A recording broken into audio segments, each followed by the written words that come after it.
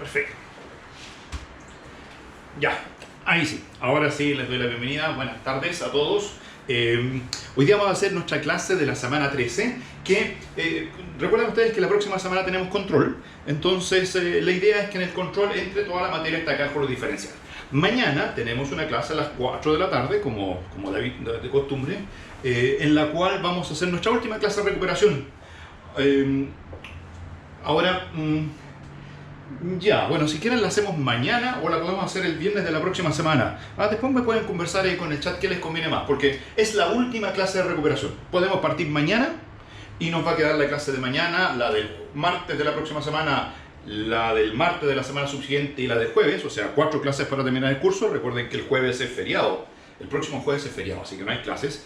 O la hacemos el viernes de la próxima semana y ahí también tendríamos martes, viernes, martes, viernes, martes y jueves, y también completamos nuestras últimas 4 clases que vamos a dedicar a la integración, Ya, entonces comencemos con el tema de hoy día. El tema de hoy día es lo que nos queda pendiente de cálculo diferencial, que es la aplicación de la derivada del diferencial para estudiar máximos, mínimos, concavidades, convexidades. Entonces, primero voy a partir con la definición, recuerdo, de funciones convexas. Entonces, definición, ¿qué es una función convexa? Entonces voy a decir, tengo una función f con dominio a subconjunto de un espacio vectorial normado. Esa de ahí, como siempre, espacio vectorial normado, de naturaleza arbitraria. Mis funciones siempre han sido así.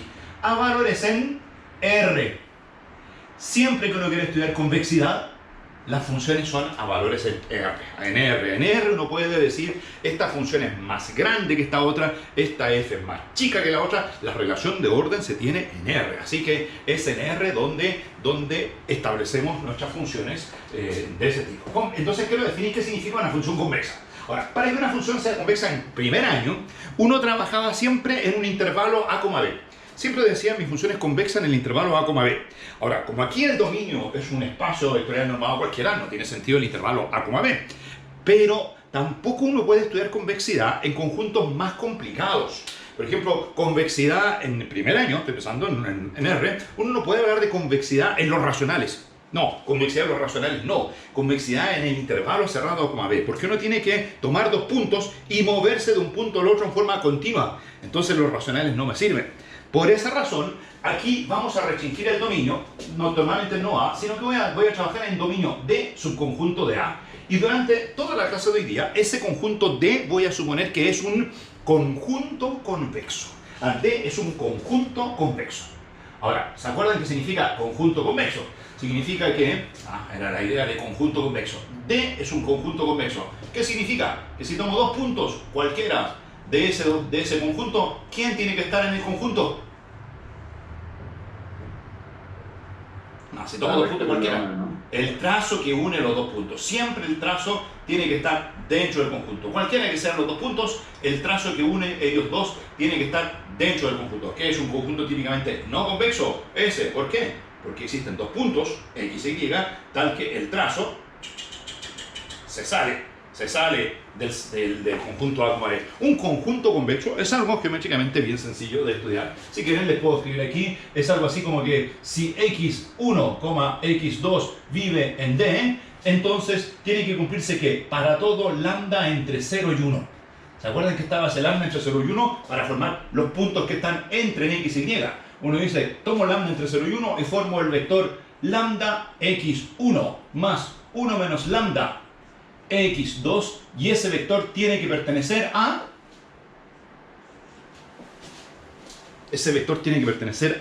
al conjunto. Eso es conjunto convexo. No confundir con función convexa. Bueno, en realidad se parece bastante, pero esa es la idea de conjunto convexo. Ahora, me van a decir, oiga, en primer año en cálculo nunca definimos la convexidad en conjuntos convexos. Sí, pero es que en primer año la convexidad se definió en intervalos cerrados A, B. Y los intervalos cerrados A, B son justamente los conjuntos convexos en R. De hecho, uno puede estudiar no necesariamente en A, B cerrado, puede ser abierto, puede ser A infinito. De hecho, los intervalos en R son todos los conjuntos convexos en R. Esa es la idea. Por eso es que en primer año... que está molestando. Por eso es que en primer año uno no dice que el dominio es convexo. Uno dice que el dominio es un Es un intervalo, intervalo. En primer año uno trabaja en intervalos, entonces no se complica con esta propiedad. Ahora, no se complica con esa propiedad, ¿cierto? Ahora, como estamos en varias variables, en un espacio cualquiera, entonces necesito que mi dominio sea un conjunto convexo. Bueno, si mi dominio es un conjunto convexo, diremos que la f es convexa, diremos que f es convexa, es una función convexa en el dominio de convexo. O sea, el dominio, el intervalo en primer año. Aquí, un conjunto convexo. Ahora, la función es convexa. La función es convexa. Entonces diremos que f es convexa en D si y solamente si se cumple lo siguiente. Para todo x1, x2 en D. Ahí está, todo punto del D. Calculo, aquí está mi x1, ahí está mi x2. Le calculo el f, ahí, f ahí. Le calculo el f allá. Y tomo los puntos intermedios. Entonces digo también, para todo lambda, entre 0 y 1. Ahí está. ¿Para qué sirve el lambda? ¿Por qué el lambda está entre 0 y 1? Porque con eso quiero formar todos estos puntos que son puntos intermedios entre quién y quién. Intermedios entre quién y quién. Entre x1 y x2. O sea, tomo un punto x1 del dominio, tomo un punto x2 del dominio, y ahora digo, bueno, como el conjunto es convexo, puedo tomar cualquier punto intermedio, y ese punto va a ser la forma lambda x1 más 1 menos lambda x2. Pues bien, una función es convexa, sí y solo sí, para todo x1 y x2, para todo lambda, si yo calculo f de dicho punto, lo escribiré aquí abajo, f de lambda veces x1 más 1 menos lambda veces x2. O sea, f en un punto intermedio, eso tiene que ser menor o igual que lambda f de x1 más 1 menos lambda f de x2. Algo así como que f de la suma menor o igual que la suma de los f's. F del lambda, bueno, ahí como si el lambda saliera afuera estaríamos listos. F del 1 menos lambda estaríamos listos. Por ejemplo, al tiro, una función que evidentemente es convexa. Una función que cumple la función evaluada en la suma es menor o igual que la suma de las funciones. Y los lambdas salen fuera. Bueno, las lineales, ahí se cumple la igualdad, ¿cierto? No, pero una de este año, de varias variables. Una función que sea convexa. Una que cumpla la función, que sea un número real. Que sea un número real positivo. Les voy a dar más datos. Un real positivo, tal que cuando yo le aplico eso a la suma de dos vectores, eso sea menor o igual que la suma de la función. ¿Están pensando lo mismo que yo? ¿En cuál? ¿La norma? La norma es convexa. Si ustedes calculan la norma de lambda veces x1 más 1 menos lambda veces x2, esa cosa es, primero, norma de la suma menor o igual que la suma de las normas. Y segundo, el lambda sale fuera. Pero el lambda sale fuera ¿cómo? El lambda sale fuera como módulo de lambda. Pero como está entre 0 y 1, el lambda es positivo. Así que su módulo vale lambda. Y el 1 menos lambda, como el lambda no es menor que 1, 1 menos lambda también es positivo. Así que su módulo es 1 menos lambda. Claro, las normas, al cumplir la propiedad triangular y cumplir esa propiedad de que los lambdas salen fuera como módulo, son funciones convexas. Siempre las normas son convexas, cumplen esta desigualdad. Bueno, las lineales también, como decían, y ahí tengo varias funciones. Esa es la idea de convexidad. Ahora, si ustedes se preguntan cuál es la idea gráfica de la convexidad, ahí tienen que recurrir a primer año simplemente. O sea, la idea de la convexidad son funciones que tienen un gráfico como esa, donde yo tengo un punto x1, tengo un punto x2, calculo f por aquí entre medio, me muevo entre x1 y x2, calculo f por ahí entre medio, eso es f en un punto intermedio. F en el punto intermedio es menor o igual que la interpolación entre el valor inicial y final, que es justamente trazar la recta que une esos dos puntos y moverse allá arriba. Esta es f de este. Ahora, este punto de aquí, si quieren, lo voy a llamar x barra. Eso lo voy a llamar x barra. Este de aquí es el famoso f de x barra, la función en el punto. Y lo que está acá al lado derecho es una combinación entre la función en el punto inicial y en el punto final, que geométricamente corresponde a esa altura. Entonces lo que tiene que ocurrir es que siempre la función va por arriba o abajo. La función siempre va por esta desigualdad, va por esto que es arriba o abajo. abajo de esta cosa del lado derecho. La función siempre va por abajo esa cosa del lado derecho. Y esta cosa del lado derecho es justamente la recta que une el punto inicial con el punto final. Ahora, si este dibujo lo hicieran con un dominio más complicado, podrían decir que, por ejemplo, una función convexa es una función como esa. La voy a tratar de dibujar ahí en R3. Una que, como una copa. Ya, no, me quedó medio raro mi dibujo. Una función... tratando de describir una cosa así como media redondeada en R3. Una función tal que uno toma un punto como ese, toma un punto por allá, traza la recta que une esos dos puntos y esa recta va por encima de la función que va por acá abajo. ¿Se fijan? La convexidad, pero en todas las direcciones. En todas las direcciones. Ya, esa es la definición de ser convexa. Ahora, algunas observaciones. Hay una observación simpática que yo diría que más bien teórica no me interesa, pero para como motivación, o sea, eso es como una curiosidad. Voy a decir que no es difícil demostrar, eso lo puedo dejar como ejercicio, de que F es convexa en el dominio de E, si y solamente si su epígrafo, que es el conjunto que está desde la función hacia arriba. Ahora, eso es en R, pues el epígrafo vive en R2. Aquí si mi función tiene dominio en R2, lo que va desde esa copa hacia arriba, que ya sería como,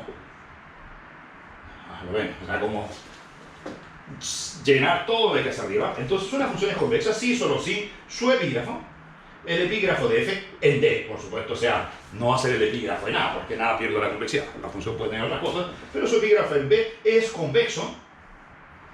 Es un conjunto convexo. Este es un conjunto, lo de ella es una función. Y este es un conjunto convexo, y la curiosidad es que este conjunto convexo es convexo en el espacio E cruz R. Porque el epígrafo, se lo voy a poner aquí por aquí abajo, ¿qué significa el epígrafo de F en el dominio de E? El epígrafo es el conjunto de los pares ordenados X, Y, igual que en el caso de R, X, Y, donde la X vive en el dominio y la Y. Bueno, el grafo, ¿qué era el grafo? El grafo era cuando el X vivía en el dominio y el Y valía ¿cuánto? En el grafo, el Y tenía que ser igual a f de x. Bueno, en el epígrafo lo que uno dice es que el Y tiene que ser mayor o igual que f de x. Mayor o igual que f de x. O sea, del grafo, que el grafo era esa copita que había dibujado ahí, esa cuenca, ¿cierto? Y de esa cuenca hacia arriba. Entonces, separan ahí, eso ahí está en el gráfico, de grafo, de ahí hacia arriba. Separan en un punto del grafo, de ahí hacia arriba. Separan en un punto... Bueno, me quedo muchas líneas al final. Eso es el epígrafo. Uno puede probar que una función es convexa si solo si su conjunto epígrafo, se fijan, si la función es redondita por abajo, entonces cuando ustedes la continúan hacia arriba, se forma un conjunto redondito convexo en R3. Es una primera cosa interesante de las funciones convexas. Ahora, otra cosa interesante que también se la puede poner como curiosidad, pero me interesa más la convexidad y el cálculo diferencial. Esto es convexidad, esto de aquí no necesita la derivada, esto de aquí es convexidad pura y dura. De hecho, hay cursos de convexidad donde uno estudia bien las funciones no diferenciables, las no diferenciables. En este curso nos interesan las diferenciables. Observación número 2. Si dos funciones son convexas, si f y g son convexas en el mismo dominio de, bueno, significa que, miren, aquí lo voy a poner, la primera función cumple eso, la segunda función g cumple lo mismo con g. Entonces, no sé por qué le puse más. Sí sé por qué le puse más, porque estoy pensando en que si tengo dos funciones convexas, la primera cumple lo primero, la segunda cumple lo segundo. Si tienen dos desigualdades, ¿qué les dan ganas al tiro de hacer? Suman las desigualdades. ¿Y qué se obtiene al lado izquierdo? La función suma en el punto intermedio. ¿Qué se obtiene al lado derecho? Lambda por la función suma. Más 1 menos lambda por la función suma. O sea, lo que es muy fácil probar es que si f y g son convexas, entonces su suma es convexa. Ahora, un poquito más que eso, porque en realidad la primera no tengo que sumarla con la segunda. La primera la puedo incluso multiplicar por una constante alfa, siempre y cuando la constante alfa sea, para que no se me dé vuelta la desigualdad, la constante alfa sea mayor o igual a 0, ¿cierto? Mayor o igual a 0.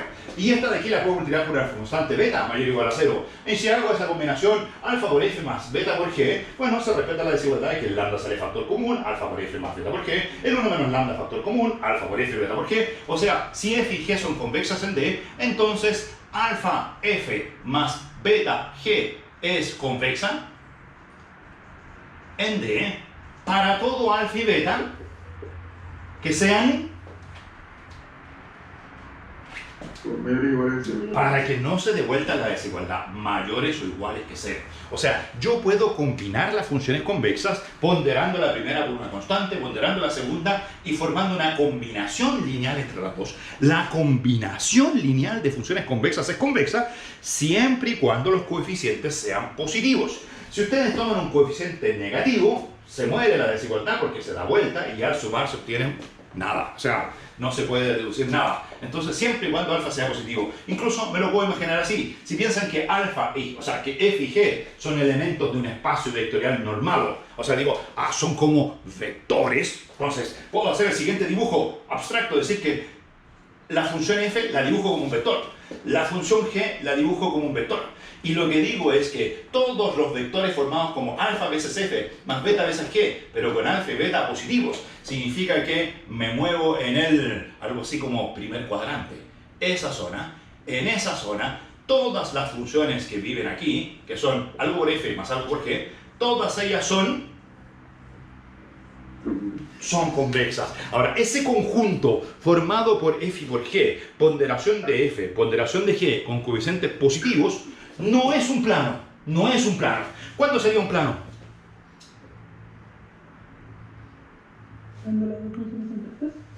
O sea, sería un plano cuando el alfa y el beta fueran reales cualquiera.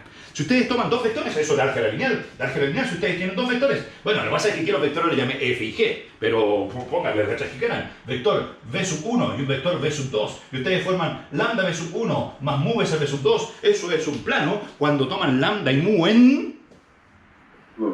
en los reales, sin historia de signo. En cambio, pero como aquí el lambda y el alfa y el beta son positivos, eso no es un plano, eso es un cono.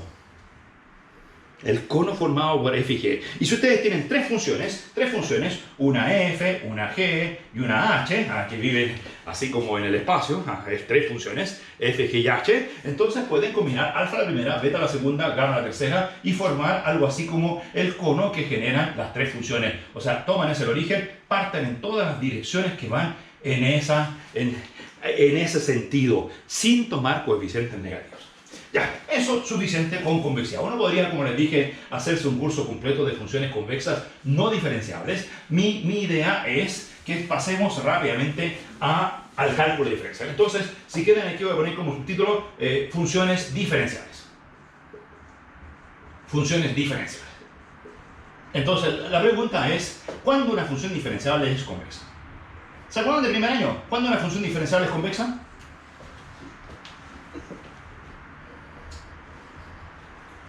¿Primer año? ¿Qué le hacen a una función para saber si es convexa? ¿Mayor que 0? ¿Quién tiene que ser mayor que 0? ¿La función? La segunda derivada. La segunda derivada. Entonces, esa cosa la queremos generalizar al caso de espacios vectoriales normados cualquiera. Por ello tengo dos teoremas. Un primer teorema que habla del diferencial y un segundo teorema que habla de las segundas derivadas. Lo voy a hacer en RN, voy a hablar del hessiano, la matriz hessiana, de las segundas derivadas. Ya, entonces el primer teorema. Teorema 1. Este de aquí es el importante. Los otros son como consecuencia de eso. Dice, si tengo una función, siempre f de a subconjunto de e a valores en R, tengo d subconjunto de e. Como le voy a poner que la función ahora es diferenciable, y yo sé que el diferencial existe en principio en el interior de a, entonces voy a decir que d pertenece al subconjunto del interior de a. ¿Por qué voy a decir que mi función es diferenciable de? Diferenciable de. Por supuesto, d siempre convexo. En toda la clase de hoy día, cuando diga d, es convexo. Si no lo escribo, ustedes lo agregan en su apunte. D es convexo. Pero, ¿cierto? Y además, f diferenciable en d. ¿Tiene sentido? Porque d es parte del interior de a. Puede que exista el diferencial en todas partes. Si existe el diferencial en todas partes, entonces el teorema dice que f es convexa en d. Si y solamente si, para todo x e y en D, se cumple que f de y es mayor o igual que f de x más el diferencial de la función f en el punto x y ese aplicado a la dirección y menos x. Ahí está. Esa es la desigualdad más importante de hoy día, pienso. O sea, si una función cumple f de y mayor o igual que f de x más diferencial de f en x por y en evaluado en y menos x, esa desigualdad entonces es convexa. Y al revés, bueno, si es convexa se cumple eso. Tal vez lo más importante en las aplicaciones va a ser que uno va a verificar esa cosa de ahí. Porque ahí uso mi cálculo diferencial, calculo el diferencial. Si estoy en RN, calculo mis derivadas parciales y construyo esta cosa. Si se forma esa desigualdad, cuidado, hay una tacita por ahí que está sonando. Si se cumple esa desigualdad, la función es convexa y recíprocamente. Ya, ahora, también me interesa en el sentido contrario porque lo vamos a necesitar en el Win. Entonces, hagamos la demostración de ese superteorema. Demostración de ese superteorema. Entonces, dos etapas. Demostración. Demostración 1. Él implica hacia la derecha. ¿Cuál es mi dato? ¿Cuál es mi dato? Voy a poner f convexa, ese es el dato, ¿cierto? Entonces, si f convexa, yo lo que quiero demostrar es que se cumple lo de ahora veo todo mucho más claro, como en HD. Entonces digo, sean x, y en D. Ahora, en principio podría decir x y distintos, porque si x igual y, pienso que lo que hay que demostrar es una trivialidad, ¿cierto? Porque si x igual y, ahí queda f de x, y allá queda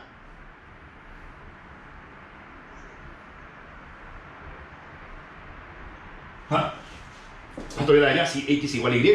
No sé si alcanzan a ver, dice y menos x. Ahí, y menos x. ¿Qué pasa si y igual a x? Queda el diferencial evaluado en 0. Y el diferencial evaluado en 0 vale 0 porque justamente era lineal continuo, de hecho ya. Así que x y distintos. Ahora, y vamos a suponer que en realidad voy a hacer una expresión un poquito más fina. Aquí me dicen diferenciable en todas partes. Digamos que diferenciable en x. Entonces, con f diferenciable solo en el punto x. Solo en el punto x. Ahora, en realidad el dato es que diferenciable en todas partes y por eso es que esta desigualdad se cumple para todo x y para todo y. Ya, pero voy a decir, porque más adelante a lo mejor va a ser diferenciable solo en un punto. Si es diferenciable solo en un punto y convexa, entonces esa desigualdad se cumple en el punto. En realidad se cumple en cada punto donde la función sea diferenciable.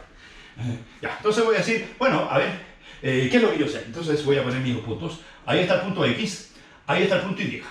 A este vector que va de x a y le voy a poner un nombre, porque va a aparecer demasiadas veces en mi ejercicio. Este vector y menos x. Al vector y menos x lo voy a llamar h sub 0. Es como, ¿cuánto me desplazo de x para llegar a y? H. Ahora, como va a ser fijo, en todo mi cuento, no va a tender a 0, porque el y es cualquiera, el y es fijo. El x también es fijo, entonces ese h es h sub 0. Y, obviamente, entonces voy a poner aquí x e y distintos. X distinto de y, y si x distinto de y significa que el h sub 0 es distinto de 0. Distinto de 0, porque en algún instante voy a tener que dividir por el h sub 0 y eso, o por la norma del h sub 0 y eso no me va a gustar, entonces voy a decir distinto de 0.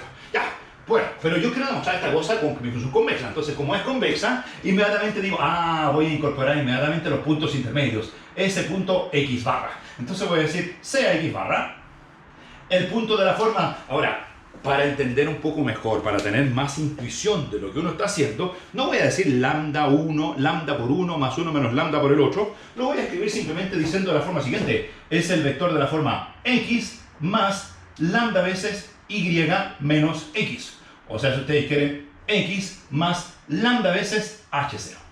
¿Lo ven? Ahora, obviamente con lambda entre 0 y 1.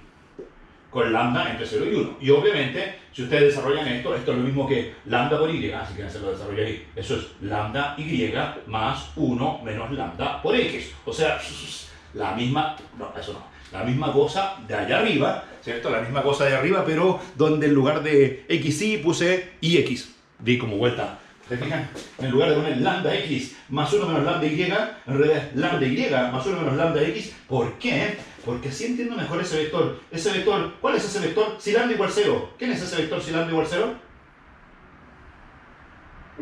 X. Entonces, me paro aquí, en x, que es donde mi función es diferenciable. Y si lambda comienza a crecer, este vector comienza a crecer de ahí para allá. O sea, esta distancia de ahí para allá, eso es lambda veces h sub 0. Ahí está mi lambda veces h sub 0. Partiendo del punto x y me muevo en la dirección de y. Entonces, bueno, como la función es convexa, todos sabemos que f de lambda de x barra es menor o igual que, bueno, estas cosas se pueden escribir lambda x1, 1 menos lambda x2, se pueden escribir así, se pueden escribir de distintas formas, lo mismo con las f's. Así que voy a seguir con esa notación. Voy a decir que f de x barra es menor o igual que f de x más lambda veces f de y menos f de x. Eso es lo mismo, no lo estoy escribiendo, pero si quieren, si alguno ahí tiene sus dudas, es lo mismo que poner lambda veces f de y más 1 menos lambda veces f de x. Y la convexidad me dice f de esa cosa es menor o igual que lambda veces f del primero más 1 menos lambda f del segundo, es lo mismo, pero conviene ya a estas alturas anotarlo de forma un poquito más sencilla. Sencilla, entonces eso lo voy a decir. No, a ti no te voy a usar. Conviene anotarlo así. Conviene anotarlo de esa forma. ¿Te parece? Ya. Ya ahora voy a usar... Bueno, eso era porque era convexa. ¿Y cuál es el otro dato?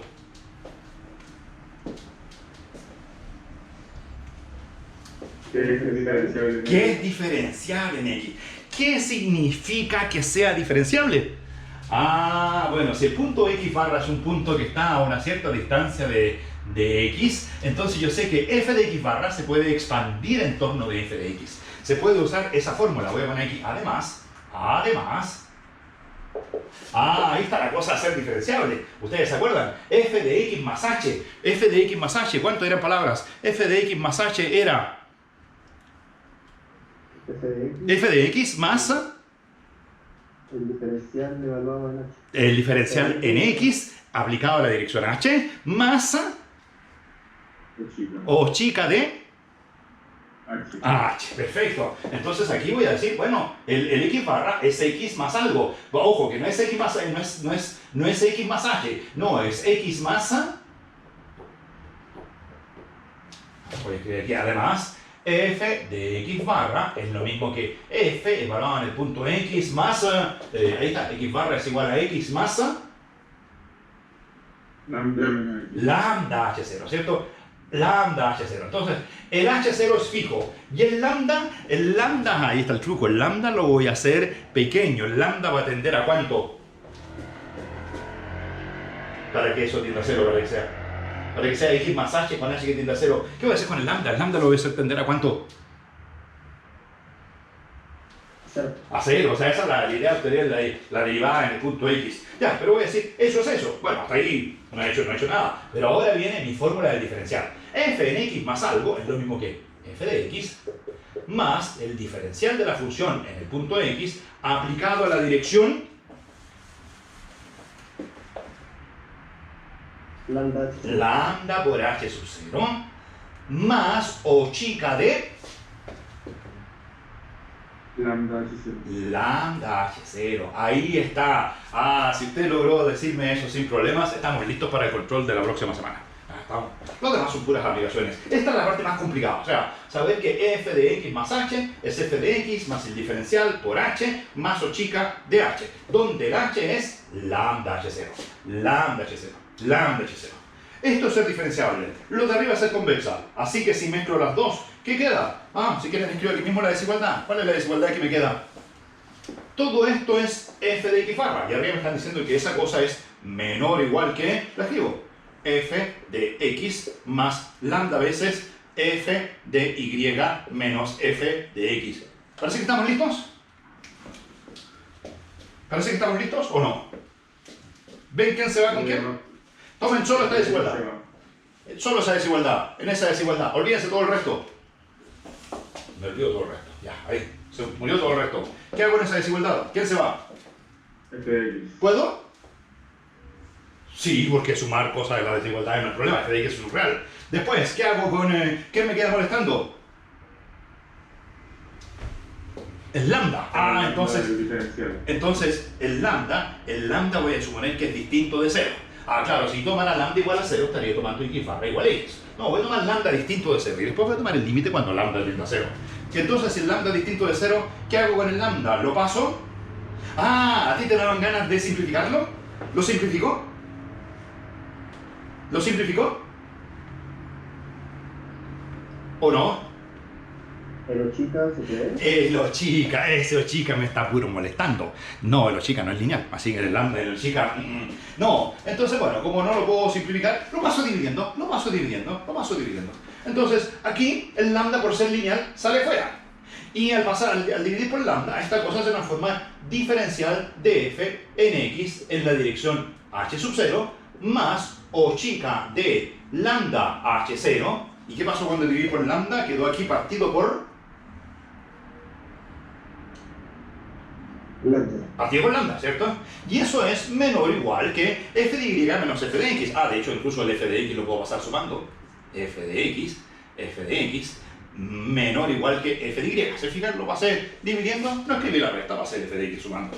Ya ahí estamos listos. F de y mayor o igual que f de x más diferencial de x en h0, que en h0 es y menos x, justo lo que quería. El único problema que quedó fue este de aquí. ¿Y qué le hago a ese de ahí? Entonces digo, como esto es válido para todo lambda distinto de 0, obviamente tomo el límite cuando lambda tiende a 0. ¿Y qué le pasa a esta cosa cuando lambda tiende a 0? Ochica se va a hacer. El Ochica de lambda partido por eso tiende a 0, porque en estricto rigor debería yo aquí dividir por norma de h sub 0, multiplicar por la norma de h sub 0 y decir que este es un vector que tiene largo que tiende a 0 y yo de eso partido por eso tiende a 0. Y eso como se ha agotado, listo, esto de aquí se muere y de ahí se obtiene la desigualdad que andábamos buscando. F de y mayor o igual que esta cosa. Ahí está. Ahora, incluso ahora que ya no les quise decir hace un rato la interpretación, porque no lo quería que me dijeran algunas cosas. Por ejemplo, ¿de dónde salió esto? Esto de aquí lo borré de dónde venía. ¿De dónde venía todo esto? ¿De dónde venía todo esto? ¿De dónde venía todo eso? Diferencial en x. Del diferencial en x, ¿cierto? O sea, entonces... Y cuando ustedes escriben el diferencial en x, aparece justo este término, f de x más diferencial de f en x por la dirección. Y cuando ustedes miran esto de aquí tiene un nombre, ¿cómo se llama eso? Esta es la aproximación... Es la aproximación afín, claro, es casi lineal. O sea, si esta parte es lineal, pero como está corrida, es como la ecuación de un plano que no pasa por el origen, pasa más arriba. Aproximación afín de la función f. Entonces, es el plano tangente. Esta de aquí es la ecuación del plano tangente. Ya. Entonces, cuando veo esta desigualdad y me dicen, oye, las funciones convexas cumplen esto. F de y mayor o igual que, acá dice, f de x más diferencial de f en x aplicado a la dirección y menos x. Esto de aquí es el plano tangente. Es el plano tangente. ¿Cómo lo llamamos? L de y. Entonces, las funciones convexas diferenciables cumplen la propiedad de que el plano tangente siempre va por abajo de la función. Las funciones diferenciables convexas, miren, se la puedo dibujar en R, porque en R se hacen dibujos convexas. Pasan el plano tangente, que en realidad es la recta tangente, va por abajo. Pasan el plano tangente, va por abajo. El plano tangente va por abajo. Siempre el plano tangente va por bajo la función. Todas las funciones convexas, si son diferenciables, tienen plano tangente. Y al tener plano tangente, su plano tangente siempre va por abajo de la función. Ese se le implica hacia allá. Ya, él implica al revés. Si el plano tangente va siempre por abajo, hay que demostrar que la función es Convexa. hay que demostrar al revés, ¿cierto? Entonces implica al segundo lado. Mi dato es que para todo par de puntos de D, el plano va por abajo. Entonces hay que demostrar que f es convexa. Entonces por demostrar que, entonces voy a decir aquí, para todo x1, x2 en D y para todo lambda en 0, 1, se cumple que f de lambda x1 más 1 menos lambda x2, eso tiene que ser menor o igual que f, no, ya me equivoqué, menor o igual que, ayúdenme. Lambda f de x1. Ahí está, esa es la buena forma, ¿cierto? Lambda f de x1 más 1 menos lambda veces f de x2. Eso es lo que hay que demostrar.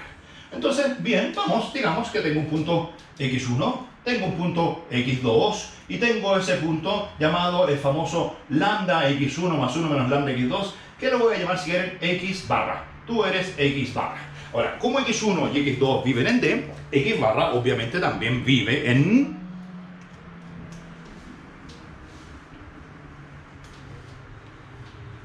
Sí, ¿cierto? Por ser convexo x barra d. Y mi dato es que en cualquier par de puntos que yo tome, el plano tangente va por abajo de la función. Entonces lo que voy a hacer es tomar esos dos puntos y aplicar mi dato. Voy a decir f evaluado en x1, eso es mayor o igual que, díctame, con esos dos puntos, f en x1 es mayor o igual que,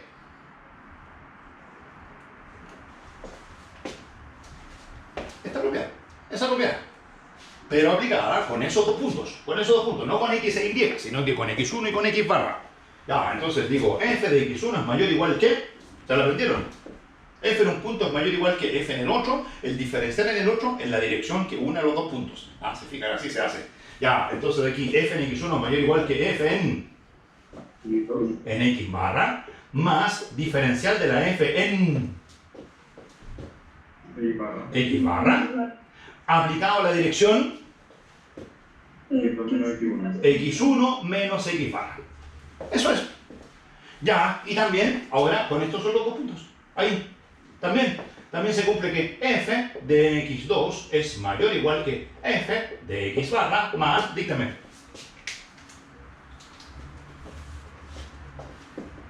El diferencial de f. Diferencial de f, ¿en qué punto?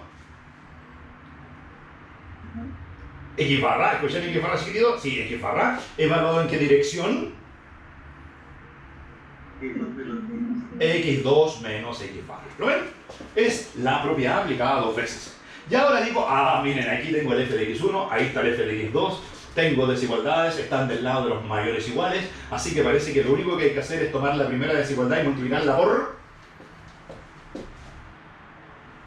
¿Lambda? por lambda, ¿cierto? Tomar la segunda desigualdad y multiplicarla por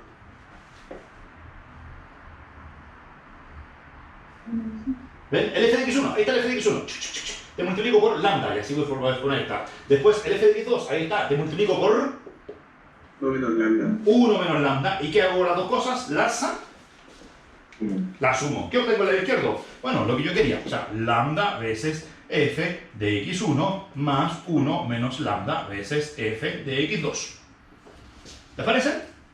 Ya. Ahora, mayor o igual que, a ver qué es lo que obtengo en el lado derecho. O sea, lo del lado derecho es lo importante. Lo del lado izquierdo lo formé porque quería llegar a eso. Pero a ver si a qué me tiene que llegar al lado izquierdo. Tiene que llegarme eso. Ya, entonces a ver, vamos viendo los x barra. ¿Qué pasa con ese? Miren, f de x barra, f de x barra. ¿Qué pasa cuando multiplico por lambda? ¿Qué pasa cuando multiplico por 1 menos lambda? Y cuando sumo, queda f de x barra factor de ¿cuánto? Cuando multiplico ese lambda por ese. Y este 1 menos lambda por ese. Y factorizo por f de x barra. Queda f de x barra factor de ¿cuánto? De lambda más 1. Más 1 menos lambda. ¿Quién se va? Lambda desaparece. Claro, porque cuando ustedes hacen la combinación convexa entre el mismo punto, dicen lambda veces, eso es como normal, lambda veces a más 1 menos lambda veces el mismo a, combinación entre a y a, esa cosa vale. Vale a, claro, porque siempre la idea es que cuando lo hago con a y con b, obtengo una cosa que está entre a y b. Pero como aquí a y b son el mismo, esa combinación da el mismo a. O sea, es fácil. Lambda a con el lambda a se van y queda 1 por a. O sea, no es tan difícil de hacer la demostración y después la empieza a entender geométricamente. Ya, ahí estamos. Después aquí, ¿qué queda? Con los diferenciales. Uy, este lambda multiplica el diferencial, pero el diferencial es lineal, así que el lambda lo voy a meter ¿dónde? Acá adentro. Ahí adentro. Y el 1 menos lambda aquí multiplica eso, pero como el diferencial es lineal, lo voy a meter ¿a dónde? Ahí adentro. Así que me va a quedar diferencial en un punto, diferencial en otro. Como es lineal, esto es simplemente el diferencial de f en x barra aplicado a la dirección. Ya, ¿cuánto queda adentro? El x1, ¿por cuánto queda el x1? Díctame ese, ¿x1 por cuánto? Por lambda. Lambda, o sea, si yo escribo lambda x1. El x2, ¿dónde está el x2? Aquí está el x2, ¿por cuánto? 1 menos lambda. 1 menos lambda veces x2. Y el que me está faltando es el x barra. ¿El x barra por cuánto? Por lambda. Y uno menos. ¿Es cierto? Por lambda de arriba, por 1 menos lambda. Misma cosa que ya hice. Esa combinación vale ¿cuánto? ¿Cuánto vale esa? Vale simplemente 1. Y como está el signo menos, queda simplemente menos x barra. Ahí está. Ya, ¿y cuánto valía x barra? ¿A qué le llamé x barra? O sea, ¿cuánto vale toda esta cosa? ¿Cuánto vale todo eso?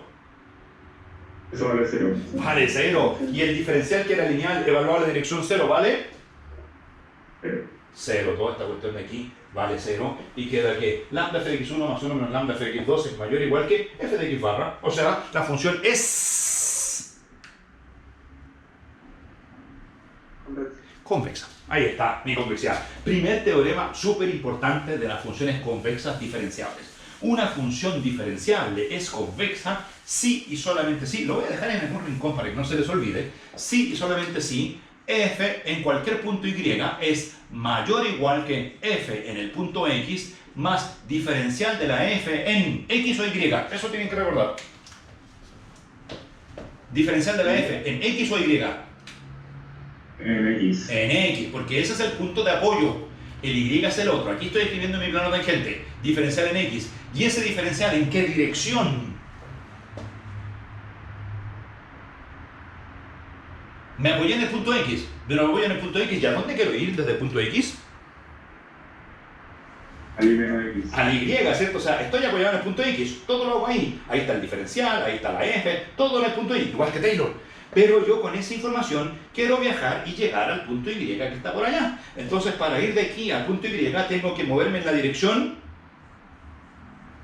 ¿Qué dirección es esa? Y menos X, ¿no? Y menos X. Y menos X. Apréndanselo así, porque esa frase les va a aparecer muchas veces. Siempre diferencial en un punto aplicado en la dirección Y menos X. Ustedes quieren saltar del punto X al punto Y. Entonces, con el punto de que se apoyan, esto es como un Taylor, se fijan como un Taylor en X, y ese Taylor lo evalúan en Y menos X para extender su Taylor y llegar a Y. Yo me paro aquí en X, calculo todas las derivadas, como enanito, y después que ya calculo todo, digo, ahora puedo llegar al punto Y. Ahora, para llegar al punto Y tengo que desplazarme ¿En cuánto? En Y menos X. Siempre me paro en el punto X y para llegar al Y tengo que desplazarme en Y menos X. ¿Ya? ¿Les parece? Ahí tengo mi primer teorema. Ahora, ese es el teorema de la primera derivada, el diferencial. Entonces, teorema número 2. ¿Qué es teorema 2? Teorema 2. Entonces, digamos ahora que mi función tiene dos derivadas. Entonces, pero lo voy a hacer en R. Entonces voy a decir, supongamos que mi función es de clase C2. En el dominio de E, donde de E, como siempre, es un convexo que es subconjunto del interior de A. Siempre convexo. Ya, entonces, si una función es de clase C2 y quiero estudiar su convexidad en D, entonces tengo el siguiente teorema. Dice que F convexa, no es F convexa en D, si y solamente si, no si y solamente si, voy a escribir dos líneas. F es convexa en D si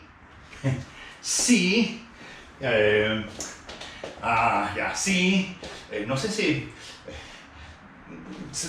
o sea, hago la demostración primero.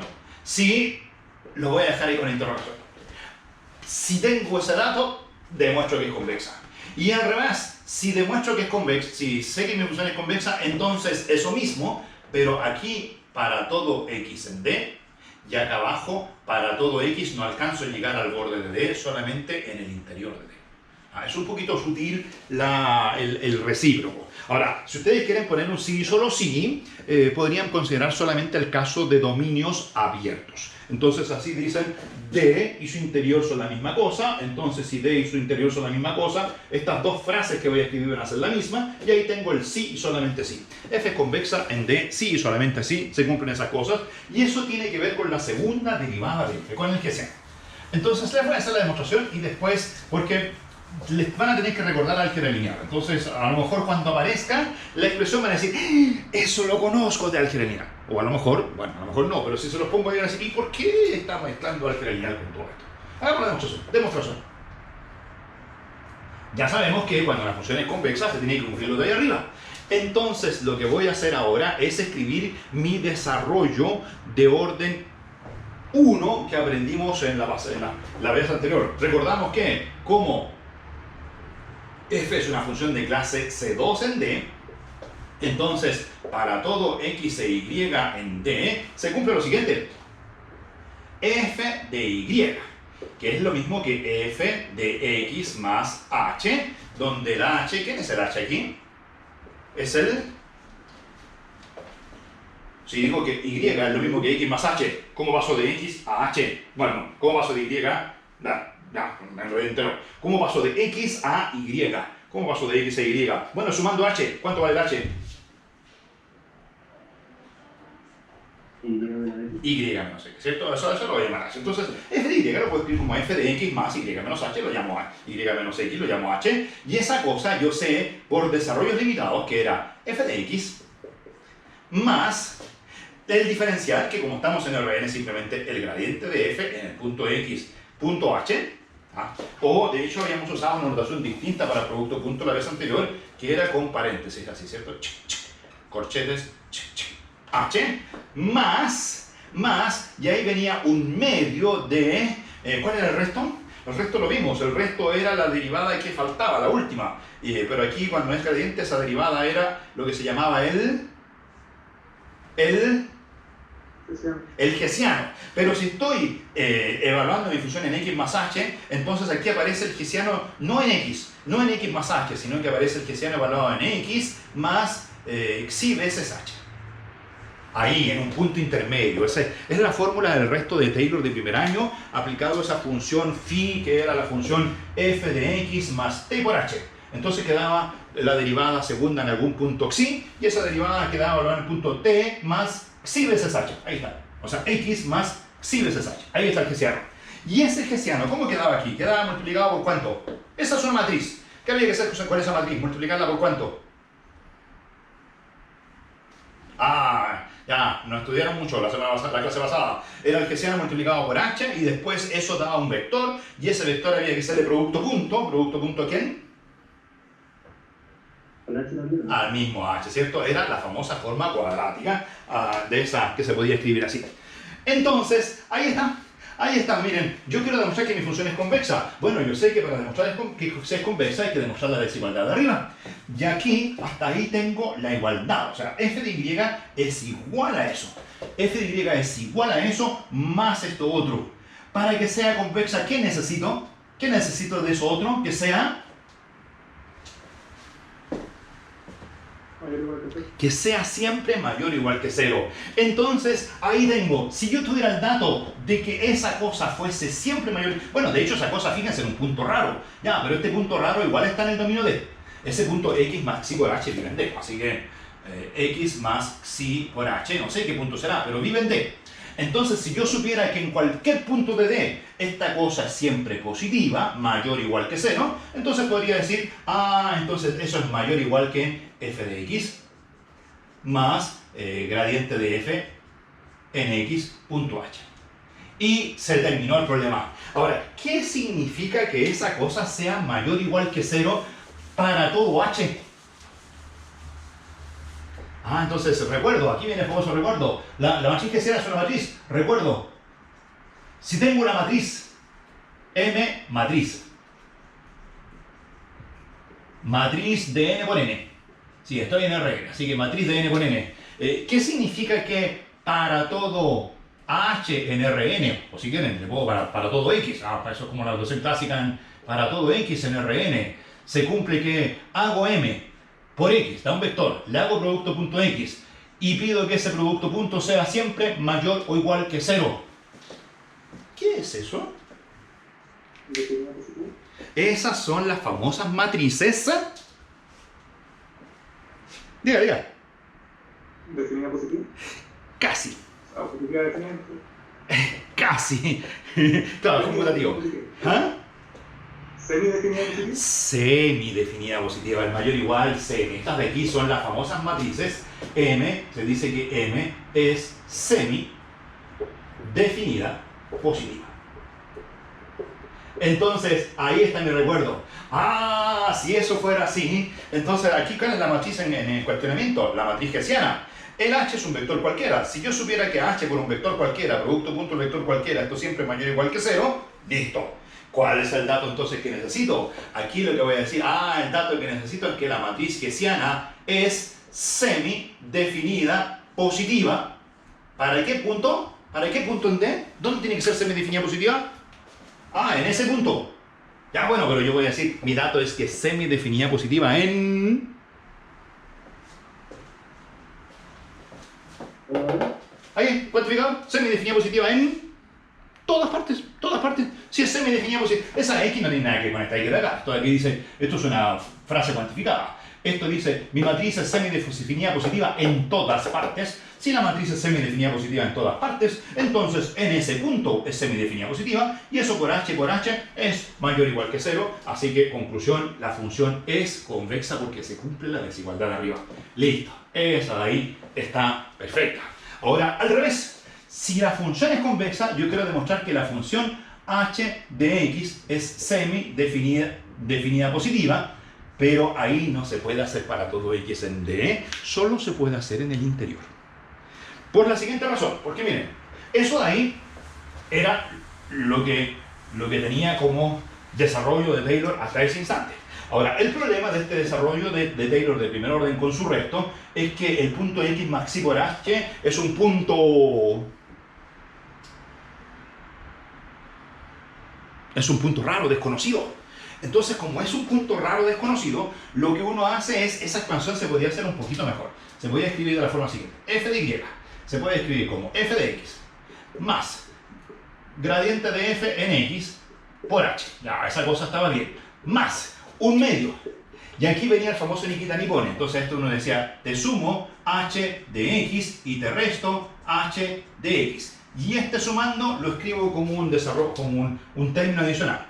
H de x por h por h. Y lo que queda sobrando es lo que se llamaba en desarrollos limitados de segundo orden. Eso se podía demostrar que esa cosa era un O chica. Sí, pero un O chica más chico. ¿Cómo era esa chica? O chica 2 de h. 2 de h.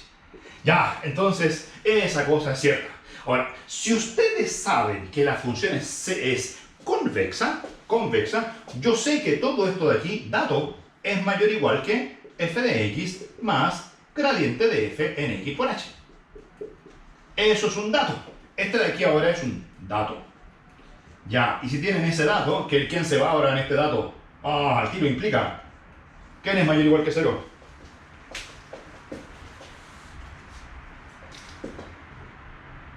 Dato. Si esa desigualdad es un dato, se simplifican. ¿Quién queda?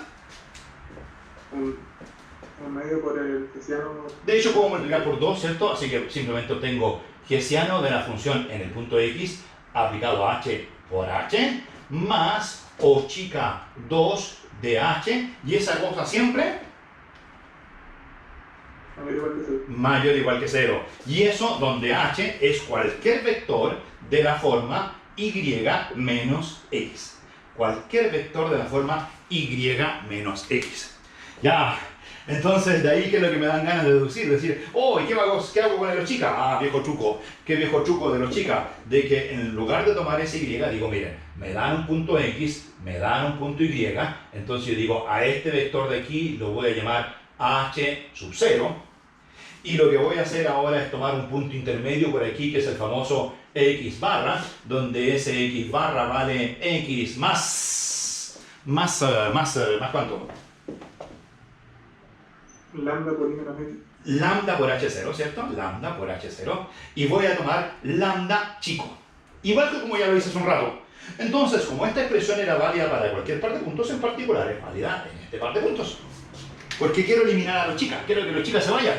¿Y los chicas se va a ir con quién? ¿Gracias a quién? ¿Quién va a matar a los chicas? ¿Cómo mata a otro chica? Con h chico. Pero aquí el h no era chico. Ahora aquí va a ser chico porque va a ser ¿Quién va a matarlo, chica? Lambda. El lambda, chuco. Entonces, como esto es válido para todo par de puntos, lo escribo para x barra. Y queda, miren así, h de x. En lugar de h, eso queda lambda h0. En lugar de h queda lambda h0. Más o chica 2, en lugar de h queda lambda h0. Y toda esa cosa mayor o igual que 0. Ya, ¿qué hago con el lambda de ahí? ¿Qué hago con el lambda de acá?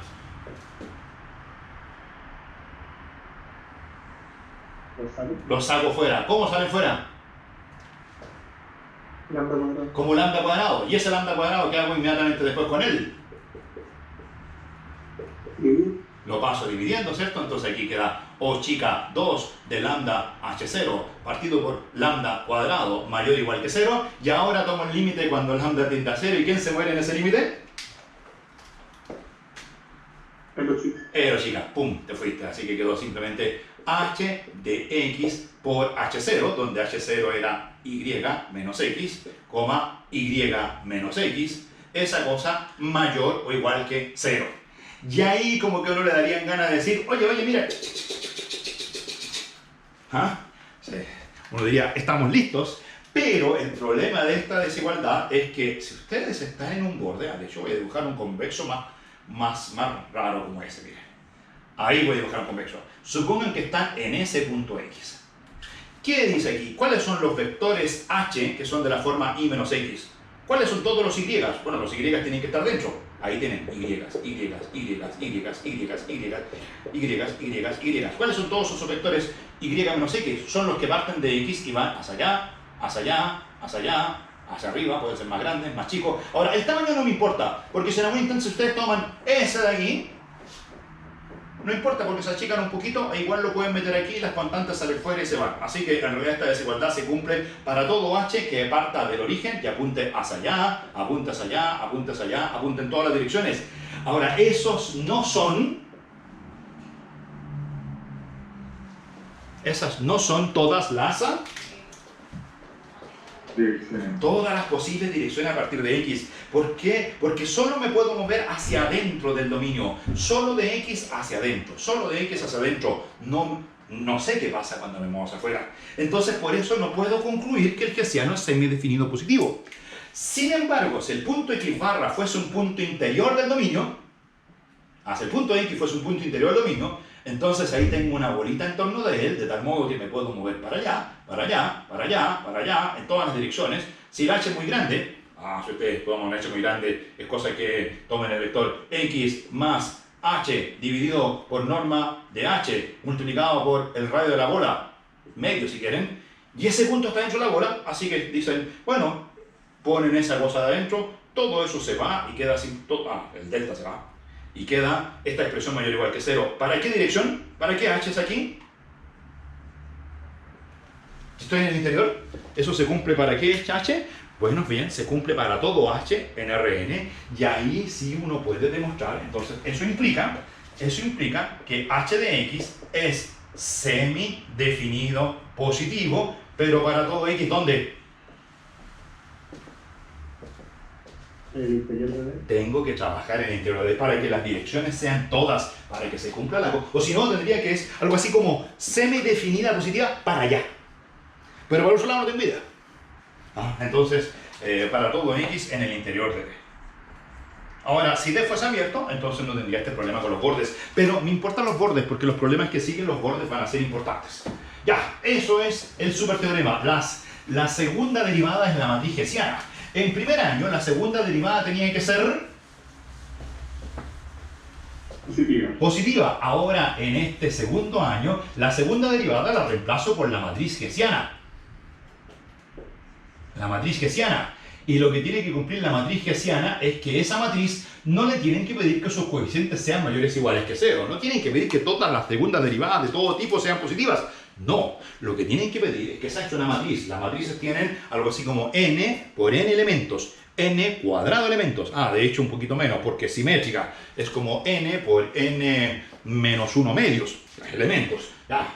Pero no tienen que pedirles que sean positivos. Lo que tiene que ser positivo es cuando esa matriz la multiplican por h y hacen el producto. Este producto, esta forma cuadrática. Esa forma cuadrática tiene que ser mayor o igual que 0. En ese caso, se ocurre que la función es convexa. Las funciones son convexas cuando su matriz hessiana esa semidefinida positiva. Ahora recuerden que semidefinida positiva significaba m por h mayor o igual que 0 para todo h en Rn. Eso es semidefinida positiva. Esto es, ¿qué significa ser semidefinida positiva? Ahora, si quieren, ¿qué significaba ser definida positiva sin el semi? Era lo mismo, m por h, pero ahora mayor estricto que 0, mayor estricto que 0, pero obviamente que esto se hace para h en Rn, salvo, porque esto siempre es el punto que vale 0. ¿Cuándo vale 0 siempre? Cuando Cuando h es 0. Entonces, para definida positiva tengo que tomar h distinto de 0. H distinto de 0, si tomo h distinto de 0, exijo que ese producto sea estrictamente positivo. Y todavía recuerdo, ¿y cómo se sabía si una matriz era semidefinida positiva o definida positiva? Cuando era simétrica, que justamente mi hessiano es simétrico, si m es simétrica. ¿Cómo saber si es semidefinida positiva? ¿Cómo saber si es definida positiva? Si los valores propios son positivos. Era esa cosa de los valores propios, ¿cierto? Entonces uno dice, bueno, todas las matrices simétricas son diagonalizables, así que me construyo una base de los formada por vectores propios, y cuando tomo una base de vectores propios, por ejemplo, si calculo h por el vector propio 1, y eso producto punto el vector propio 1, esa cosa es simplemente lambda veces el b1 al cuadrado. Porque h por b1 es lambda b1, lambda 1, primer valor propio. Entonces queda, el lambda sale fuera, b1. Y uno dice, esta cuestión tiene que ser mayor o igual que 0. Entonces el valor propio tiene que ser mayor o igual que 0. Y como en general, cuando las matrices son diagonalizables, uno puede formar una base formada por vectores propios, entonces cualquier h lo escriben como alfa, b1, alfa, b2, como combinación lineal de los vectores propios. Entonces cuando hacen todo eso, al final queda simplemente algo así como el valor propio 1, el valor propio 2, y lo que hay que medir es que los valores propios sean mayores que 0.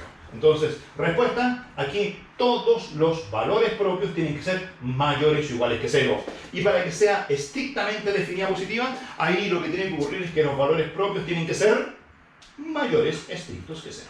O sea, si son mayores estrictos que 0, no hay problema, la función es definida positiva. O sea, hay que calcularse, claro, si en el próximo control le dicen, oye, demuestra que la función es convexa, calcula en el hessiano una matricita de, ya un ejemplo fácil, una matricita de 2×2, que sea alfa 1, 1, alfa 1, 2, alfa 2, 1, alfa 2, 2, y si eso es el hessiano, ¿qué tienen que hacer con él?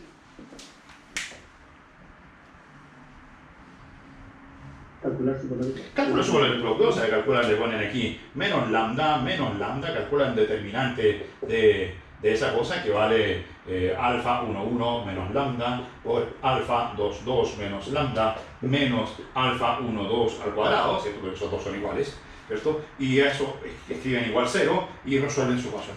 Su ecuación cuadrática, calculan los valores propios. Ya, o tienen ahí, como es una cuadrática, saben cuando las soluciones son positivas. Bien, eso es convexidad. Con eso puedo ahora enfrentar el problema de calcular máximos y mínimos. Entonces voy a poner ahora subtítulo máximos y mínimos de funciones sin restricciones. Ahora, con restricciones ya lo vimos. Porque con restricciones era... ¿Qué es lo que era con restricciones? Cuando habían restricciones es maximizar u sujeto a la condición f igual 0. ¿Qué había que hacer?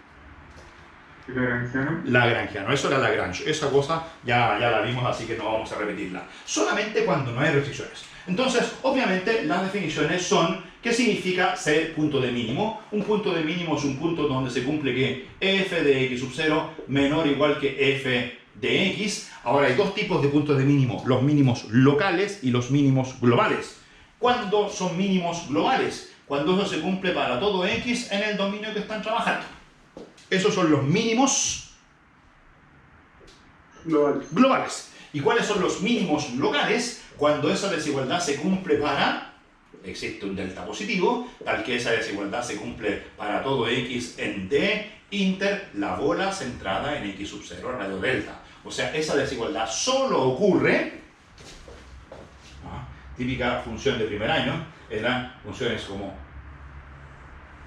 esas. Entonces, este es mínimo local, porque el f de x es más chico que todo el mundo. Este mínimo global que dije, y este de acá abajo es mínimo local, porque no es más chico que todo el mundo, pero existe un intervalito, ¿cierto? Por aquí, donde la función en ese punto es más chica que todo lo que pasa alrededor de ella. Mínimos locales, mínimos globales. Lo mismo en los máximos locales y los máximos globales. Ya, entonces los teoremas. ¿Cuáles son los teoremas? Primer teorema. Teorema 1. De las funciones convexas. Si f convexa en D, ese es el caso más sencillo. Ahora, algunos me dicen, oiga, ¿y cómo voy a saber si mi función es convexa en D? Truco, ¿cómo lo hacen si f, para saber que f sea convexa? ¿Cómo sabes si una función es convexa? Calculan su hessiano y ven si es definido positivo, ¿cierto? O si calculan el primer diferencial y cumple lo de arriba. Voy a poner aquí, en mi resumen, era hessiano de x por h mayor o igual que 0 para todo h. Esa era la condición 2 de ser convexa. Esas dos propiedades sirven para probar que una función es convexa. Ya, si f es convexa en D y x sub 0 es punto de mínimo local, siempre la gran pregunta es, cuando tengo un mínimo local, no sé si ese mínimo local es o no es global. Ahora, si su función es convexa, los puntos de mínimo local son mínimos globales. Si que sub 0 es punto de mínimo local, entonces es mínimo global. Esa es una cosa importante de las funciones convexas. En realidad, cuando nos pregunta cuáles son los mínimos de la función, busca los puros mínimos locales. La demostración no es difícil, demostración. Porque ustedes dicen, yo sé que existe un delta positivo, tal que para todo z, le voy a poner aquí, en la bola centrada en x sub 0, radio delta inter d, se cumple que f de x sub 0 es menor o igual que f de z. Porque x sub 0 es un punto de mínimo, pero un punto de mínimo local. ¿Dónde está la cosa de que sea local? ¿Dónde está la diferencia entre local y global? La desigualdad es la misma.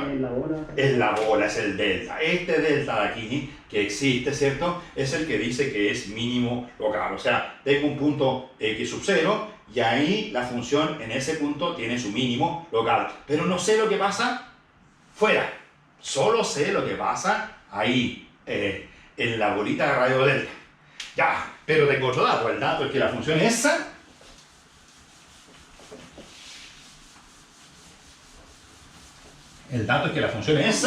o sea, esto no es cierto. Punto mínimo local implica mínimo global. No. Pero aquí tengo un dato. ¿Cuál es el dato? ¿Cuál es el if?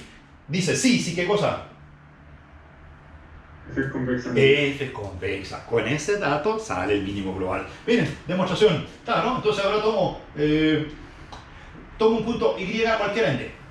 Un punto y cualquiera en D. Arbitrario. Entonces tengo mi punto x sub 0, yo sé que hay una bolita en torno de x sub 0 donde todas las imágenes en torno de ese punto son más grandes que x sub 0 y tengo este punto y que está por allá. Aquí está el punto x0, x0, hay una bolita, ¿cierto? Entonces yo sé que aquí están los z, aquí no hay ningún problema. Ahí estamos listos, dato.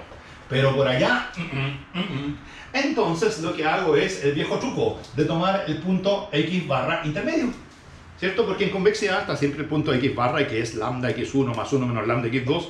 Así que digo, a ver, tomemos el punto x barra igual x sub 0 más lambda veces y menos x sub 0. Igual que hace un rato. Entonces, ¿qué le pasa a ese punto x barra si muevo el lambda? Si muevo el lambda a 1, ¿qué le pasa a ese punto si muevo el lambda a 1? ¿Dónde se va ese punto si lambda vale 1? A y, ¿cierto? O sea, aquí está el caso lambda igual 1. No me sirve porque está fuera de la bolita. Me sirve tomar lambda igual Lambda igual 0 y ahí está en x0. Entonces yo sé que si lambda tiende a 0, existe un instante, un cierto instante, a partir del cual, ¿cierto? Existe un lambda barra, tal que si lambda menor o igual que lambda barra, ahí está un instante, a partir del cual este punto x barra, ¿dónde vive?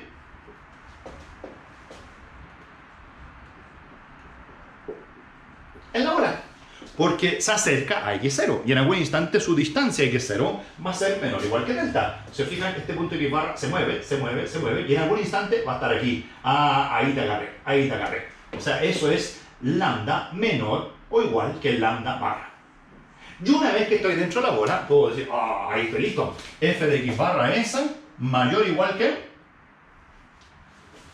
F de x barra es mayor o igual que... En la bola el f de x0 es lo más chico, así que f de x barra es mayor o igual que f de x0. Ya, pero f de x barra, como es convexo, esto es f de lambda veces y más 1 menos lambda veces x0. Y por convexidad esa cosa es... eso de ahí es igual. Y por convexidad esa cosa es menor o igual que... Ya, vístame.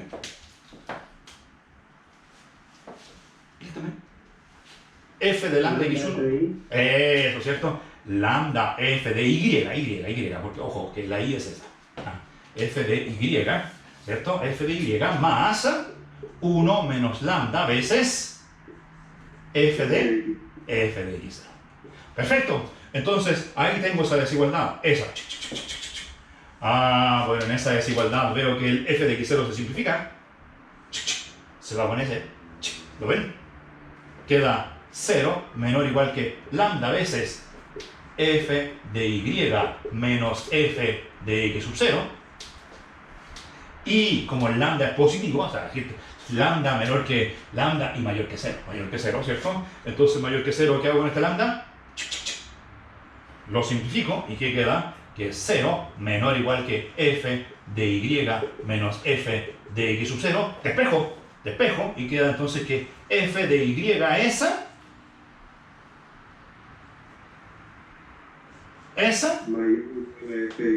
¿Y qué significa eso? ¿Y para qué Y fue todo esto? Ahí está Y. Esa de ahí es ¿para qué Y? Esto es válido para todo Y en D. Y si eso es válido para todo Y D, significa que X sub 0 es un punto de mínimo global. Ahí tienen su teorema. En las funciones convexas, los mínimos locales son todos mínimos globales. No hay, porque no hay oscilaciones. En buena cuenta eso es lo que pasa. Cuando hay oscilaciones pueden haber otros mínimos por allá, pero cuando la función es convexa no. Ya. Entonces, bueno, pero van a decir, pero esa cuestión es solo para las funciones convexas. ¿Qué pasa si mi función no es convexa? Bueno, para las funciones no convexas tengo un par de teoremas más. Entonces, teorema 2. Teorema 2. Ahora mi función no es convexa. Teorema 2. Teorema 2 de esta tanda de cosas con mínimos locales y máximos locales. El teorema, de hecho este teorema 2 es el más importante también de esta zona. Dice, si mi función f tiene un mínimo local en x sub 0, x sub 0 en D.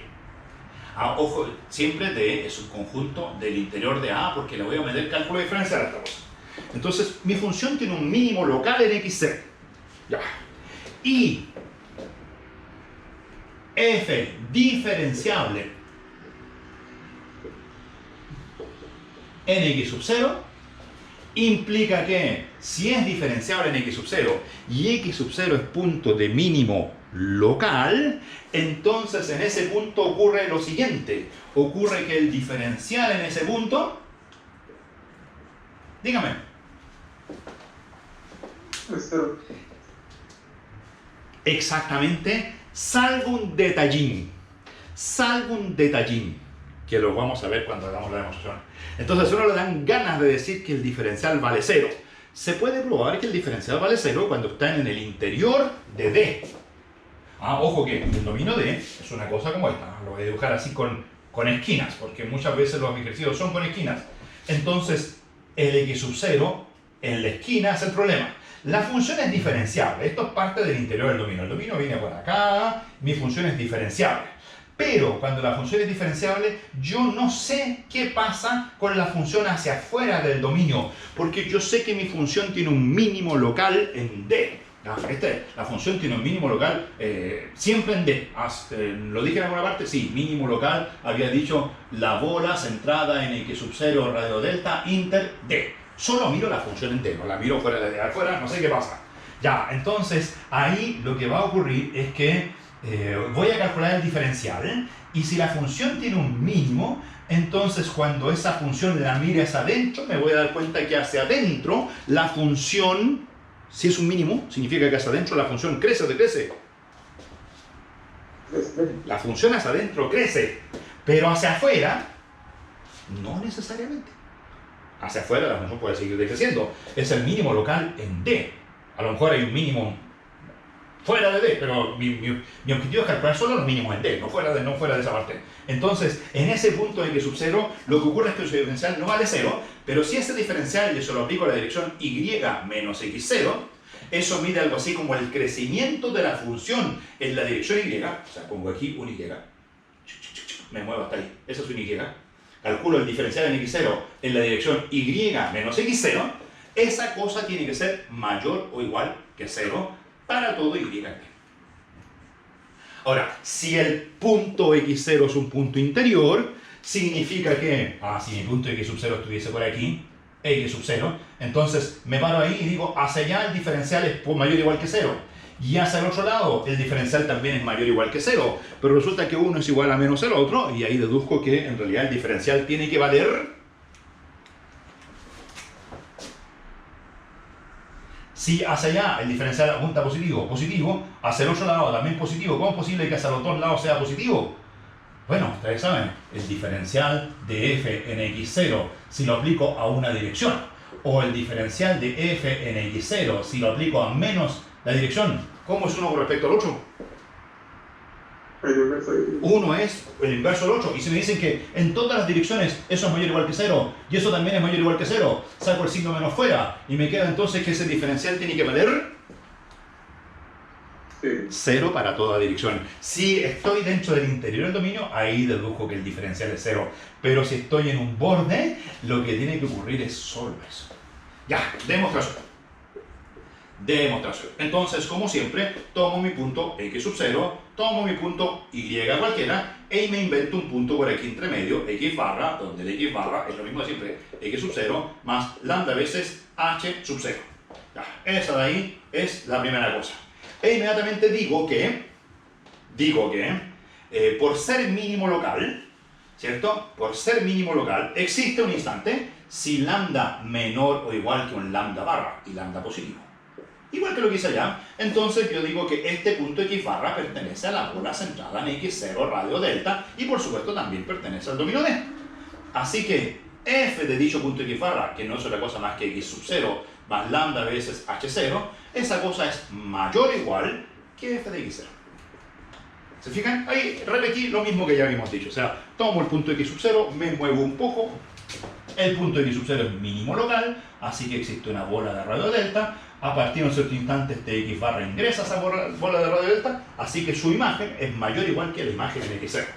Pero mi función es diferenciable, eso no lo había dicho hace un rato. Y si mi función es diferenciable, todos sabemos que f de X sub 0 más lambda veces H0, eso todos sabemos que vale ¿cuánto? ¿Cuánto vale eso? Dígame. Ya se la están aprendiendo. A ver, en buena cuenta estamos haciendo como un repaso para la prueba, ¿se fijan? f de X sub 0 más diferencial de f. Dale, ¿dónde? En X sub 0. ¿Y en qué dirección? Lambda sub 0. Lambda h sub 0. Masa. O chica de lambda h sub 0. O chica de lambda h0. Y me están diciendo que esa cosa tiene que ser mayor o igual que X sub 0. Mayor o igual que f de X0. Entonces pongo aquí, eso es mayor o igual que f de X0. Y de ahí inmediatamente deduzco que ¿quién tiene que ser mayor o igual que 0? Diferencial. El diferencial de f en X sub 0 evaluado en H0 más o chica de lambda veces H0 mayor o igual que 0. Creo que me faltó algo. Partir de 2 chicas por lambda. ¿Cierto? O sea, simplifiqué los f de x0, este lambda lo saqué fuera, y una vez que lo saqué fuera lo paso dividiendo, por supuesto.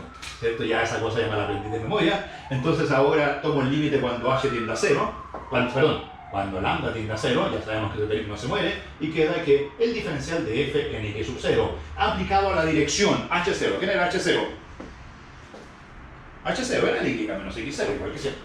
Y menos x0, esa cosa es mayor o igual que x0. Ahí está la condición de primer orden para punto de mínimo local. Ahora, observación, corolario, voy a poner aquí corolario. Si x sub 0 pertenece al interior del dominio, entonces esto uno se puede mover en un sentido o en el otro, y lo que queda es simplemente que el diferencial en el punto x sub 0, bueno, siempre con x0 punto de mínimo local. Entonces en ese caso el diferencial tiene que valer 0, la función 0 de las lineales continuas, o sea 0 para todo x en h. Ya, entonces aquí viene el super algoritmo. ¿Cuál es el algoritmo para encontrar mínimos locales de una función? Algoritmo. ¿Cómo se calculan mínimos locales? ¿Entendieron todo esto? Entonces, bueno, la pregunta es si es diferenciable o no es diferenciable. Si es diferenciable tengo el teorema y su corolario. Entonces, si ustedes andan buscando puntos de mínimo local, lo primero que tienen que hacer es mirar dónde el diferencial no existe.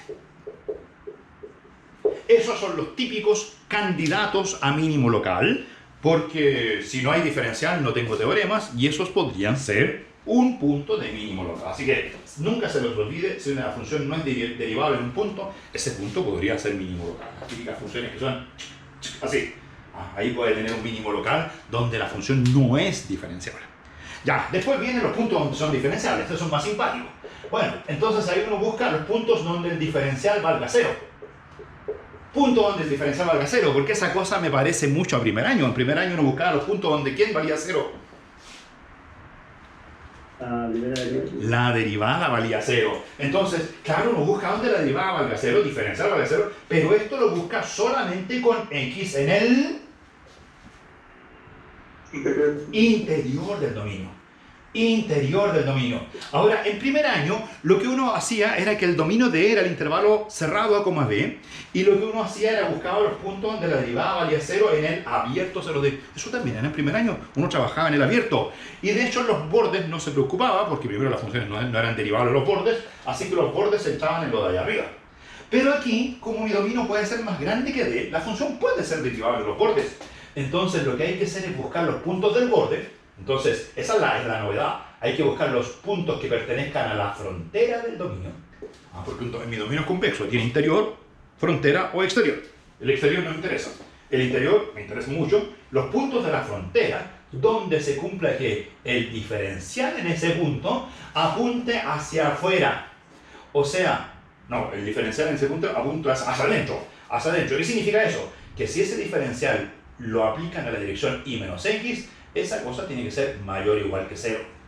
Piénsenlo como gradiente. Significa gradiente de f en el punto x si le hacen producto punto el vector y menos x. Y menos x son los vectores que apuntan hacia adentro del dominio.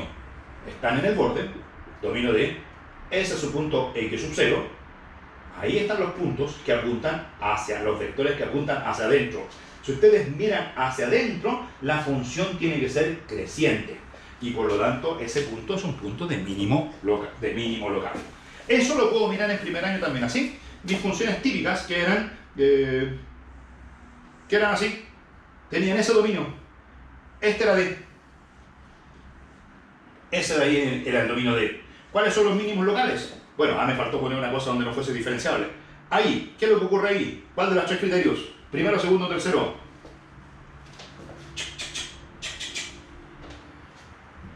El segundo. El segundo, derivada igual a 0. ¿Cuál es el otro mínimo local? Este. ¿Por qué es el mínimo local? Porque si ustedes calculan la derivada f' en ese punto, podemos decir, ¿es derivable en A? Sí, porque el dominio era más grande. El dominio, esto era parte del interior del dominio. La función era derivable en A. Pero si ustedes miran de ese punto de A y se mueven hacia adentro, multiplican por x menos A. Los x están por aquí.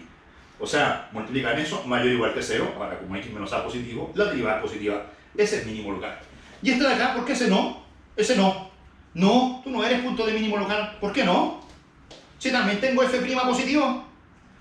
F' en B también soy positivo. Sí, pero es que la derivada, el gradiente, hay que multiplicarlo por ¿quién? Por esta cosa. ¿Qué son esas cosas? Las direcciones. Direcciones que apuntan hacia adentro. ¿Hacia dónde? Vale, aquí la respuesta. Hay que multiplicar el gradiente por las direcciones que apuntan hacia dónde. Hacia adentro del dominio. Cuando están ahí, ¿qué apunta hacia adentro del dominio? Esa dirección. Entonces tienen que multiplicar la derivada en b por x menos b, y eso tiene que ser mayor o igual que 0. Pues bien, x menos b, en este caso, ahí están las x, ahí está el b, estos son números negativos. Como estos son números negativos, para que este producto sea positivo, necesitan que la derivada tiene que ser, para que un número negativo de positivo, ¿qué necesitan que la derivada sea? Negativa. Negativa. Y aquí no, la derivada es positiva. Claro, porque si yo me paro en ese punto y me muevo hacia adentro, la función se achica. Ah, ¿cómo debería ser ese punto para ser mínimo local? Debería ser un punto donde remata así. Donde yo me muevo hacia adentro y cuando miro la cosa hacia adentro, que veo con la función que hacia adentro la función, hacia adentro la función crece. Ya, listo. Esto de aquí es la condición típica necesaria para máximo y mínimo local. Ahora, como casi se nos terminó la hora, podría dejarlo para la próxima clase, pero les voy a dar las condiciones, los recíprocos. Recíprocos. Las condiciones suficientes. ¿Cuál es la condición suficiente en primer año? Para que un punto de derivada nula fuera realmente mínimo. ¿No era que la segunda derivada tenía que ser? Positiva. Entonces aquí las condiciones suficientes hay dos. Primera, dice que si f convexa y diferencial de f en x0 multiplicado por y menos x0 mayor o igual que 0 para todo y, entonces mínimo local. Ah, de hecho es bien fácil, pero no hay tiempo para demostrarlo. Es bien fácil por la desigualdad de arriba. Si esto es mayor o igual que 0, ¿lo ven? Si eso es mayor o igual que 0, esta cuestión es más grande que f de x y ahí queda que f de y mayor que f de x. O sea, mínimo local y de hecho es mínimo global. Porque ya habíamos demostrado que todos los locales eran globales. Ya. Y el segundo, cuando la función no es convexa, de hecho se parece a ese. Si ustedes supieran que la función es de clase C2, entonces estoy hablando de segundas derivadas. Si ustedes supieran que el hessiano de x es semidefinido positivo en una bola en torno de el punto x sub 0. El hessiano semidefinido positivo en una bola, bueno, en realidad ahí lo que me pueden decir al tiro, si es semidefinido positivo en una bola, entonces la función es convexa en esa bola y obviamente en ese caso se deduce que el punto es de mínimo local. Pero a veces trabajar alrededor del x0 es difícil. A veces uno conoce solamente el hessiano en el punto x0. Si solo conocen el hessiano en el punto x0, ahí hay un pequeño problema. Pero si el hessiano en el punto x0 es definido positivo, o sea, o tienen el margen de una bola, o no tienen margen de una bola, pero el hessiano es definido positivo, lo cual les da un pequeño margen, en ambos casos se deduce que el punto es de mínimo local. Ya, eso es todo. Se terminó. ¿Quién se terminó aquí? Fin del curso. No fin del curso. Ya, bueno, para algunos sí, porque se van a eximir. ¿Con qué nota se van a eximir? No voy a exhibir. Con la nota de exhibición. ¿Cuál es la nota de exhibición? 5 de 5. Para uno del compañero nomás. Ah, ¿solo hay un compañero que se va a exhibir? Ahora bien. Están diciendo que no se van a exhibir. Oh, si tienen buena nota en control 1 y en control 2, no hicieron la tarea, pero igual es control 2. Ah, bueno, no tienen para qué. Bueno, si no se exhiben, lo que sigue es impar. 5, ¿no? Sí, 5-5, a no ser que me convenzan de lo contrario con súper buenas notas en el control 2. Ya, bueno, no sé, ahí lo vamos a ver. Ah, de hecho había un comunicado, siempre la facultad me enreda todo. Decían, si usted quiere eximir con menos de 5-5, tiene que ponerse de acuerdo con todos los profesores paralelos. Bueno, ya, o sea, voy a hablar con mis profesores paralelos a ver qué quieren hacer. Y después les cuento. Pero aquí termina el cálculo diferencial. En la próxima clase, que no sé qué me dijeron cuándo la vamos a hacer, lo pusieron en el chat. A partir de la próxima clase comienza el cálculo. Cálculo integral. Entonces, en la próxima clase vamos a hacer cálculo integral y una de las novedades, bueno, es que vamos a trabajar en varias variables, por supuesto, y la otra es que vamos a ver Lebesgue. La integral de Lebesgue. Y no la integral de Riemann. La de Riemann, esa la vieron en primer año, en principio la de Riemann ya la conozco. La de Lebesgue son un poquito distintas y más les voy a mostrar en la próxima clase las grandes diferencias. Y después la teoría en 4 clases. Vamos a ver 4 clases de integración. Vamos a ver una parte teórica, después vamos a ver integral, un teorema en la clase 3, un teorema en la clase 4. O sea, van a ser las clases de un teorema por clases. ¿Te parece? Ya, sería todo. Corto mis grabaciones.